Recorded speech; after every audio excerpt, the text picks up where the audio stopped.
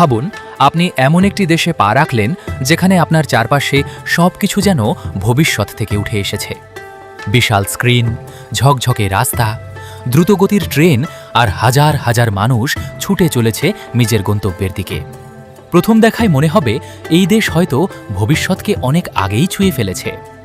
দেশটির নাম জাপান। কিন্তু এই গল্পের আসল সৌন্দর্য শুরু হয় তখন যখন আপনি এই ব্যস্ত শহর থেকে একটু দূরে চলে যান। টোকিওর কোলাহল ধীরে ধীরে পিছনে পড়ে যায়, উঁচু ভবনগুলো হারিয়ে যায়।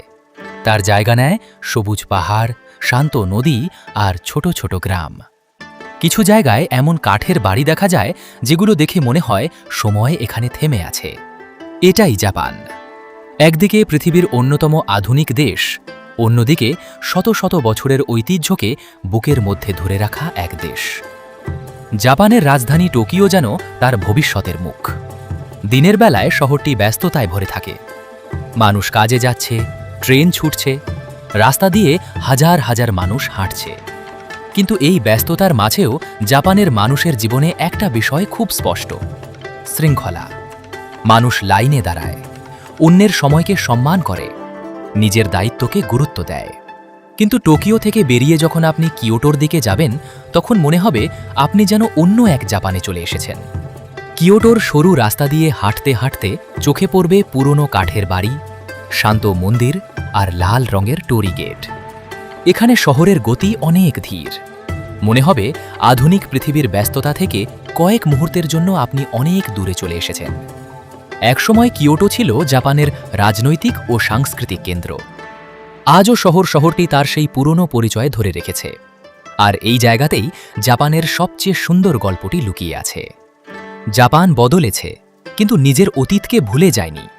এই দেশের প্রকৃতিও যেন সেই গল্পের অংশ। দূরে দাঁড়িয়ে থাকা মাউন্ট ফুজি জাপানের সবচেয়ে পরিচিত প্রতীকগুলোর একটি। বরফে ঢাকা চূড়া, চারপাশের শান্ত প্রকৃতি আর ভোরের আলো, সব মিলিয়ে ফুজিকে মনে হয় প্রকৃতির এক বাটি রামেন কিংবা সুন্দরভাবে সাজানো সুশি। দেখতে হয়তো সাধারণ, কিন্তু এর পেছনে থাকে নিখুঁতভাবে কাজ করার চেষ্টা। একজন কারিগর একই কাজ বছরের পর বছর অনুশীলন করতে পারেন, কারণ জাপানি সংস্কৃতিতে একটি কাজকে যতটা সম্ভব ভালোভাবে করার মধ্যে আলাদা একটা সৌন্দর্য আছে। হয়তো এ কারণেই জাপানকে শুধু প্রযুক্তির দেশ বলা যায় না, এটি মনোযোগের দেশ, শৃঙ্খলার দেশ, ঐতিহ্যের দেশ আর পরিবর্তনের সঙ্গে নিজেকে মানিয়ে নেওয়ার দেশ। দিনের শেষে যখন টোকিওর আকাশে সূর্য ডুবে যায়, শহরের আলো আরও উজ্জ্বল হয়ে ওঠে। অন্যদিকে কিয়োটোর কোনো শান্ত মন্দিরে হয়তো রাত নেমে আসে, দূরে পাহাড়ের গায়ে অন্ধকার ছড়িয়ে পড়ে, আর কোনো এক ছোট্ট গ্রামের রাস্তা দিয়ে হয়তো একজন মানুষ ধীরে ধীরে বাড়ি ফিরছেন। দুটি দৃশ্য সম্পূর্ণ আলাদা, কিন্তু দুটিই জাপান। হয়তো জাপানের সবচেয়ে বড় সৌন্দর্য এখানেই। এখানে ভবিষ্যৎ অতীতকে মুছে দেয়নি, আধুনিকতা ঐতিহ্যকে শেষ করে দেয়নি, শহর প্রকৃতিকে পুরোপুরি হারিয়ে দেয়নি, বরং তারা পাশাপাশি বেঁচে আছে। তাই জাপানকে শুধু একটি দেশ হিসেবে দেখলে হয়তো এর পুরো গল্পটা বোঝা যাবে না। জাপান আসলে এমন একটি গল্প যেখানে একটি দেশ প্রতিদিন ভবিষ্যতের দিকে এগিয়ে যাচ্ছে, কিন্তু পেছনে তাকালে এখনও নিজের ইতিহাসকে দেখতে পাচ্ছে।